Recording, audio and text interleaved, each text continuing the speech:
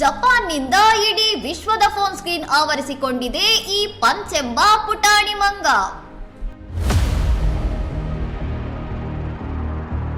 ಹುಟ್ಟಿದ ಕೂಡಲೇ ತಾಯಿಯಿಂದ ದೂರಾದ ಪಂಚ್ನ ಒಂಟಿ ಪಯಣ ಈಗ ಎಲ್ಲರ ಕಣ್ಣಾಲಿ ಒದ್ದೆ ಮಾಡಿದೆ.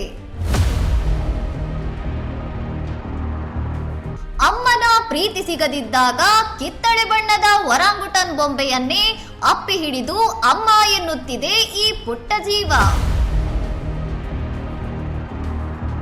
ಮೃಗಾಲಯದ ಬೇರೆ ಮಂಗಗಳಿಂದ ಪಂಚ್ಗೆ ಭಾರಿ ಕಿರುಕುಳ, ಆದರೂ ಬೊಂಬೆ ಬಿಡದ ಛಲಗಾರ ಪಂಚ್.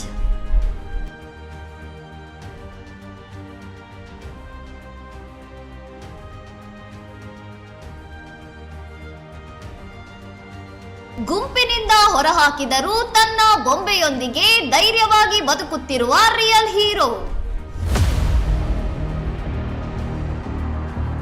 ಪಂಚ್ ವಿಡಿಯೋ ನೋಡದವರೇ ಇಲ್ಲ. ಪ್ರತಿ ಸ್ಕ್ರಾಲ್ಗೂ ಈಗ ಪಂಚ್ ಸದ್ದೇ ಕೇಳುತ್ತಿದೆ.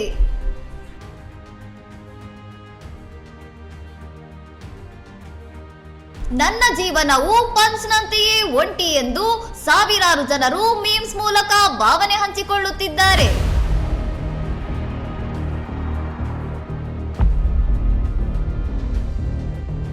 ಪಂಚ್ನನ್ನು ಗುಂಪು ಒಪ್ಪಿಕೊಳ್ಳಲು ಸಮಯ ಬೇಕು. ಅವನ ಮಾನಸಿಕ ಸ್ಥೈರ್ಯ ನಿಜಕ್ಕೂ ಅದ್ಭುತ ಎಂದಿದ್ದಾರೆ ಅಧಿಕಾರಿಗಳು.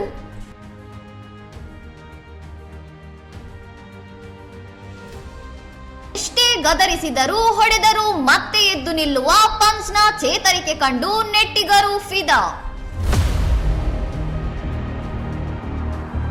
ಪ್ರಾಣಿಗಳಿಗೂ ಭಾವನೆ ಇರುತ್ತದೆ ಎಂಬುದಕ್ಕೆ ಈ ಪಂಚ್ ಮತ್ತು ಬೊಂಬೆಯ ಕಥೆಯೇ ಸಾಕ್ಷಿ.